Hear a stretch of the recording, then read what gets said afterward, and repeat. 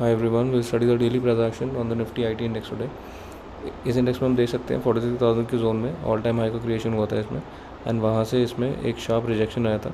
And यहाँ एक consolidation का जोन था 42,000 से लेके 42,900 का।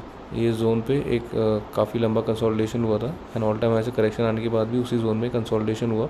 एंड फिर कंसोलिडेशन के बाद इसने इस ट्रेंड लाइन पे रेजिस्टेंस लेके इस कंसोलिडेशन जोन को भी नीचे ब्रेक कर दिया था।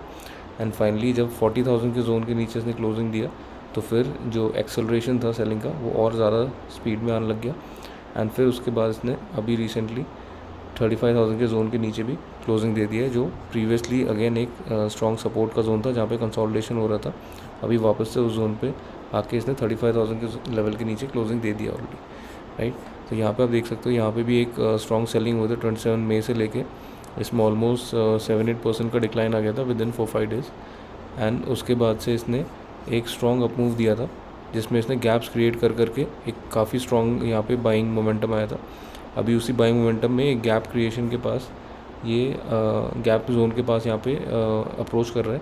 अगर इस गैप को ये फिल करता है और यहाँ पे रिजेक्शन आता है प्राइस को, तो फिर ये 36,000 के जोन को अप्रोच कर सकता है। यहाँ पे एक गैप क्योंकि पेंडिंग है, तो यहाँ पे भी स्ट्रॉन्ग सेलिंग आई है एंड उसमें भी गैप छूटे हुए हैं। तो इन गैप्स को ये अचीव करने जा सकता है अगर ये इस 34,000 से लेके 34,260 के जोन को, जो प्रीवियसली यहाँ गैप था, जो स्ट्रॉन्ग बाइंग मोमेंटम था, इस जोन में आके सपोर्ट लेके यहाँ पे कंसोलिडेट करता है। तो 36,000, 37,000 एंड देन 38,000 इस जोन को ही अप्रोच करने जा सकता है।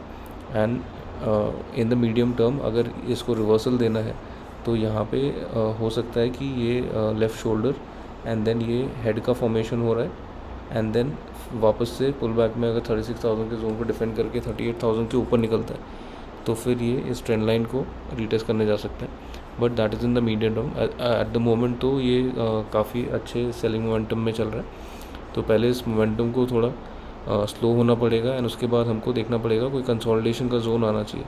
जैसे यहाँ पे भी एक जब एक शार्प मोमेंटम आया था ऑन दी अपसाइड, तो पहले एक कंसोलिडेशन का जोन आया था। ऑलमोस्ट 2 हफ्ते तक इसने इस जोन में कंसोलिडेट किया था and then new momentum start हुआ था, राइट।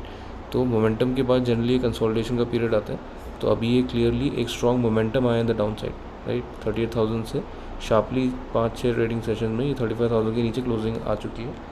तो इस शार्प मोमेंटम के बाद अभी हमको कंसोलिडेशन का वेट करना है। फिर कंसोलिडेशन के बाद ये प्राइस नीचे ब्रेक होता है तो फिर और लोअर लेवल्स आ सकते हैं, एंड उस कंसोलिडेशन के बाद अगर ऊपर जाता है तो ये 36, 37, 38,000 के जोन को रिटेस्ट करने जा सकता है। Thank you so much for watching. Please like and subscribe.